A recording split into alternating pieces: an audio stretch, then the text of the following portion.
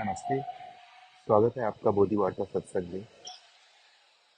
ये साप्ताहिक सत्संग है जो हम सभी साधकों के लिए एक अवसर है, जहाँ पर हम अपने आध्यात्मिक विचार व्यक्त कर सकते हैं और ज्ञान मार्ग से संबंधित प्रश्न भी पूछ सकते हैं। तो आज का सत्संग शुरू करते हैं। अगर जो साधक जुड़े हुए हैं, अगर उनके कोई सवाल है तो वो लिख कर या बोल कर पूछ सकते हैं। मेरे पास कुछ सवाल है, 3 सवाल हैं, तो मैं उन तीनों सवालों का उत्तर देने का प्रयास करूंगा। पहला प्रश्न है कि अनुभव आभासीय क्यों होता है। अ, सत्यम जी, आप बता सकते हैं क्या मेरी आवाज़ आ रही है अभी सही तरह से लिख कर? ठीक है, तो मैं पहला प्रश्न लेता हूँ कि अनुभव आभासीय क्यों होता है। तो इस प्रश्न में जो ये पूछ रहे हैं साधक, वो ये सोच रहे हैं कि अनुभव केवल आभासीय ही क्यों है, इसे वास्तविक रूप में क्यों नहीं देखा जा सकता है। तो अगर आप ध्यान से देखेंगे तो सारे अनुभव आभासीय ही होंगे, और इनका जो माध्यम है इन अनुभवों को जानने का, जो भी हमें जानकारी मिलती है, जो भी ज्ञान अज्ञान इनसे प्राप्त होता है, वो आभासीय केवल इसीलिए है क्योंकि वो कभी हम तक पहुंचता ही नहीं है। क्योंकि केवल इंद्रियां हैं जो इन अनुभवों के पीछे के तत्व से, या अनुभव के पीछे की का जो भी कारण है, उससे प्रतिक्रिया करके हमें कुछ जानकारी प्राप्त करवाने का प्रयास करती हैं, या फिर हमारे सामने कुछ अनुभव प्रत्यक्ष करने का प्रयास करती हैं। तो कोई भी अनुभव अगर आप देखें तो वो आभासीय ही होगा, आभासीय को छोड़ के कुछ भी नहीं होगा। अगर जैसे अगर एक उदाहरण लेकर आपके सामने कोई दीवार है या कोई लैपटॉप रखा हुआ है, तो वो आपके इंद्रियों के माध्यम से ही आपको पता चल रहा है। केवल एक प्रतिक्रिया कर रही है आपकी इंद्री, और फिर एक अनुभव का निर्माण हो रहा है आपके मानसिक पटल पर। तो आभासीय को छोड़कर कुछ हो ही नहीं सकता है यहाँ पर। अब इनका प्रश्न ये है कि क्यों है। यही केवल केवल यही संभव ही है कि आभासित हो सके अनुभव आपके सामने। और किसको होगा? जो वास्तविक है, जो परम सत्य है, केवल उसके सामने अनुभव प्रकट होगा। और आभासित ही क्यों हो रहा है? क्योंकि ये अहम बार बार आकर उन पर अपना स्वामित्व जमाने का या फिर जीवन में बने रहने का प्रयास करना चाहता है, जो कि स्वयं एक मिथ्या है। जैसे जैसे आप आत्मज्ञान की तरफ बढ़ते हैं, आप देख पाते हैं कि सभी अनुभव जो भी आपके सामने प्रत्यक्ष है, वो सभी मिथ्या ही है। वो एक के बाद एक घटनाओं के रूप में आपके सामने आते जाते हैं, और आपको लगता है कि ये अनुभव आपके सामने हो रहा है, परंतु उसके गहराई में जाकर अगर आप देखें तो सारे अनुभव जो भी कारण हमें कोई पता नहीं चल सकता है, कारण अज्ञेय है। जिस भी कारण से अनुभव आपके सामने प्रत्यक्ष है, वो सारी विश्व स्मृति कह सकते हैं, उससे आती है सारे हर प्रकार के अनुभव। और फिर ये जीव स्मृति में जाता है, और जीव स्मृति में जैसे ही जाता है वैसे ही आपको इसका आभास होता है कि एक अनुभव आपके सामने प्रत्यक्ष है। तो केवल एक ही संभावना है अनुभव के होने का, और उसको छोड़ के कुछ किया भी नहीं जा सकता है। अनुभव सत्य है नहीं, तो आपको उसका सीधा अप्रोक्ष अनुभव होगा नहीं कभी भी। जिस भी चीज़ का होगा वो केवल एक आभास होगा, वो केवल एक मिथ्या होगा, आएगा और चला जाएगा।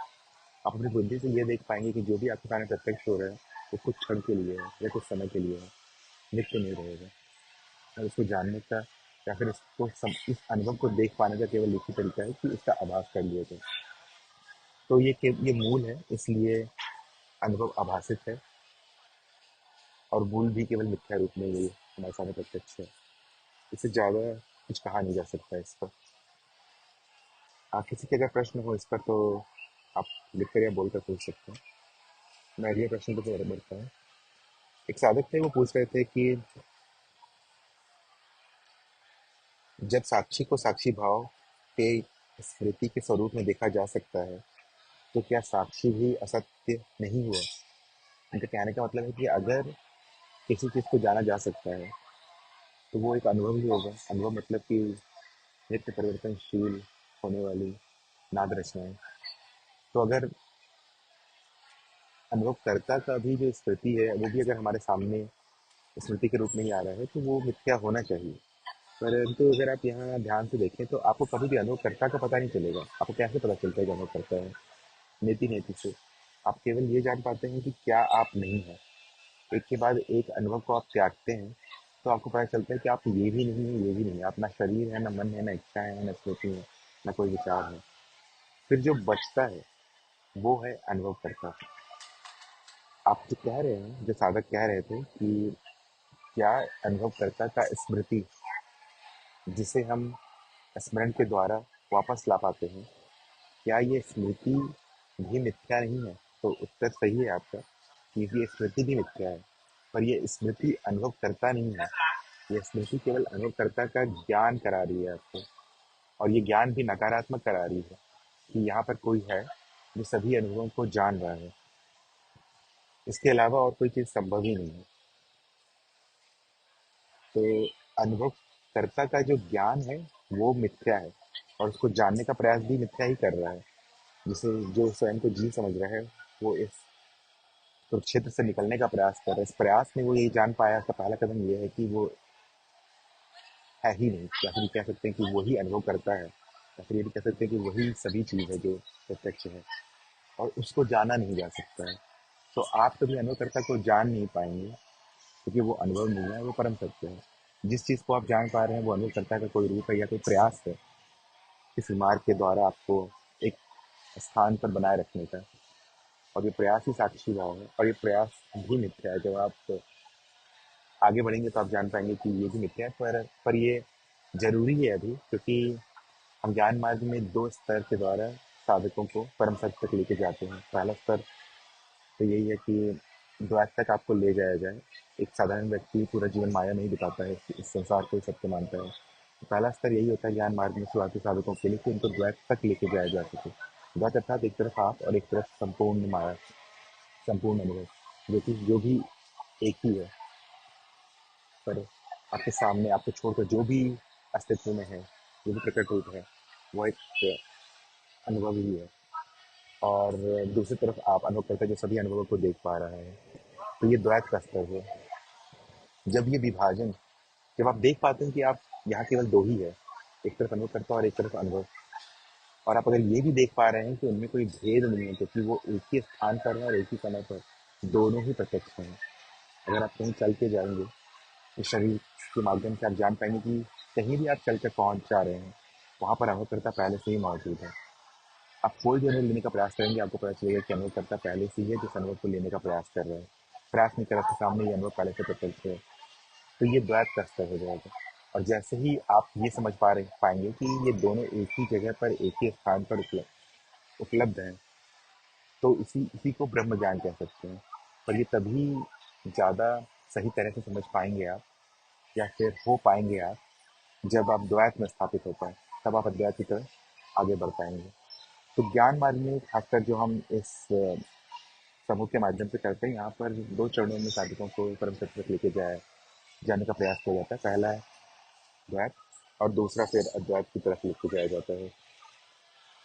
तो जो आपका प्रश्न था कि क्या यह स्मृति भी साफ मिथ्या नहीं है, तो स्मृति मिथ्या है, परंतु अनुभव करता मिथ्या नहीं है, और वो उसका कोई ज्ञान भी संभव नहीं है, कि केवल नकारात्मक ज्ञान ही संभव है। आशा करता हूँ ये समझ में आया है। अगर इसका कोई प्रश्न हो तो आप लिख कर या बोलकर पूछ सकते हैं। मैं अगले प्रश्न पर चलता हूँ, जो कि आपके प्रश्न है। अ, आपके प्रश्न ये है कि विश्व स्मृति क्या है? जागृत अवस्था और विश्व स्मृति के बीच क्या संबंध है? तो जो भी अनुभव आपको दिख रहे हैं, आपके सामने जो भी प्रत्यक्ष है अभी, उन सभी के समावेश को हम विश्व स्मृति कह सकते हैं। विश्व स्मृति को आप माया भी कह सकते हैं। जो भी दिख रहा है आपको छोड़कर, जो भी अनुभव है, भले कोई भी लोक हो, कोई भी देवी देवता, हर प्रकार का चराचर जीव जंतु, हर प्रकार का कोई भी घटना जो आपके सामने प्रत्यक्ष हो रहा है, वो सभी वो सभी विश्व स्मृति के द्वारा ही आपके सामने प्रक्षेपित हो पा रहा है। अगर प्रक्रिया के तरह से तो देखना चाहेंगे, तो विश्व स्मृति में सारी स्मृतियाँ पहले से ही हैं। हर प्रकार के जीव जंतु पहले से प्रत्यक्ष हैं। ये स्मृति फिर आपकी इंद्रियों से या मनो शरीर यंत्र के इंद्रियों से प्रतिक्रिया कर कर जीव स्मृति तक पहुंचती है, और फिर वो जीव स्मृति कहलाती है। जितना भी आपकी इंद्रियां छान सकती हैं जानकारी को, छान देगी। जितना भी उसका प्रारूप बदल सकती है, बदल देगी। जो भी जरूरी है आपके जीवन के लिए, सोने शरीर यंत्र को बनाए रखने के लिए, उस रूप में ही अनुभव आपको दिखाया जाएगा। तो विश्व स्मृति सभी अनुभवों का समावेश है, और उसका एक छोटा सा भाग जो जरूरी है जीवन को बनाए रखने के लिए, वो जीव स्मृति कहा जा सकता है। और यही जीव स्मृति जागृत अवस्था के रूप में भी आपको दिखता है। जैसे अगर आप कहीं पर खड़े हैं और आपको आपके सामने एक बगीचा है, तो वो बगीचा जो प्रकट हो रहा है वो विश्व स्मृति से आ रहा है। पर आप तक कैसे पहुंच रहा है, वो बगीचा आपके इंद्रियों से प्रतिक्रिया कर कर जीव स्मृति में जा रहा है। फिर जीव स्मृति स्मृति से स्मरण के द्वारा आपके सामने मानस पटल पर वो दिखता है आपको। तो संबंध केवल इतना ही है कि संपूर्णता का जो भी प्रकट भाग है वो विश्व स्मृति है, और उसमें जितना जीव के लिए जरूरी है वो जीव स्मृति में आ जाता है, और उसका जागृत भाग जागृत अवस्था कहलाता है। आशा करता हूँ ये समझ में आया हो। अगर इस पे कोई और प्रश्न हो तो आप पूछ सकते हैं। अनंता जी का एक प्रश्न है, स्मृति में शरीर है या शरीर में स्मृति है, या दोनों? स्मृति में शरीर है। शरीर स्वयं एक अनुभव है जो किसी न किसी स्मृति से निकल के आ रहा होगा। जैसे आपको जो भी दिख रहा है अभी, वो किसी न किसी स्मृति से आ रहा होगा। अगर आप अपने जीवन का ही उदाहरण लें, अगर आप कभी कोई मिठाई खाए होंगे, तो आपके लिए आसान है स्वाद को फिर से दोहराना अपने मानसिक पटल पर, क्योंकि वो स्मृति में पहले से ही संचित है आपके। आपको केवल याद करने का प्रयास करना होगा कि वो मिठाई का स्वाद कैसा था, और आपको पता चल जाएगा। परंतु अगर आपने कभी मिठाई नहीं खाया है, तो आपके पास कभी भी स्मृति नहीं होगा उसका, और आप कभी भी नहीं जान पाएंगे कि मीठा स्वाद कैसा होता है। तो विश्व स्मृति में अनंत प्रकार के अनुभव पहले से ही प्रकट हैं, और वो एक ही समय पर हो रहे हैं। केवल हमारी बुद्धि एक नियम बनाने के लिए, या फिर तार्किक रूप में हमें दिखाने के लिए, या फिर जीवन को बनाए रखने के लिए एक के बाद एक घटना के रूप में हमें हमारे सामने प्रकट करती है, जिससे हमें लगता है कि जी जीवित है या जीवन चल रहा है। तो जो आपका प्रश्न है अनंता जी, कि स्मृति में शरीर है या शरीर में स्मृति, विश्व स्मृति से ही हर प्रकार के अनुभव प्रकट हो रहे हैं। उसी में से एक अनुभव शरीर भी है, और इस शरीर प्रकट होने के बाद और भी उसके साथ, इसे मनुष्य शरीर यंत्र कहते हैं, उसके साथ और भी मानसिक अनुभव साथ ही साथ चलते रहते हैं। उसी में से एक अनुभव जो हमारे सामने प्रकट होते हैं, हम कह सकते हैं अहम भाव। और ये अहम भाव फिर इस जीवन का निर्माण कर देता है कि ये सब मेरे कारण हो रहा है, या मेरा है, या मेरे साथ हो रहा है, मेरे सामने हो रहा है। पर वास्तविकता में सारी घटनाएं विश्व स्मृति से निकल कर बस हमारे सामने हो रही हैं, अनुभवकर्ता के सामने हो रही हैं, और उसके ऊपर अनंत प्रकार के अनुभव और चढ़े हुए हैं, माया के ऊपर माया। आशा करता हूँ समझ में आया हो अनंता जी। अगर नहीं तो आप और पूछ सकते हैं। किन्हीं और साधक के कोई अगर प्रश्न हो तो आप लिख कर या बोल कर पूछ सकते हैं। मेरे पास जो प्रश्न थे वो आज समाप्त हो गए हैं।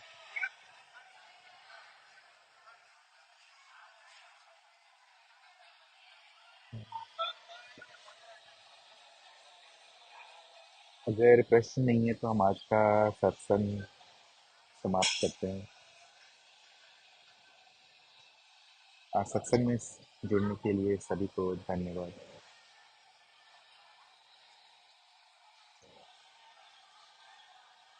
हाँ, मैं एक मिनट और लिख सकता हूँ, क्या पता कोई साधक कुछ पूछना चाह रहे हैं।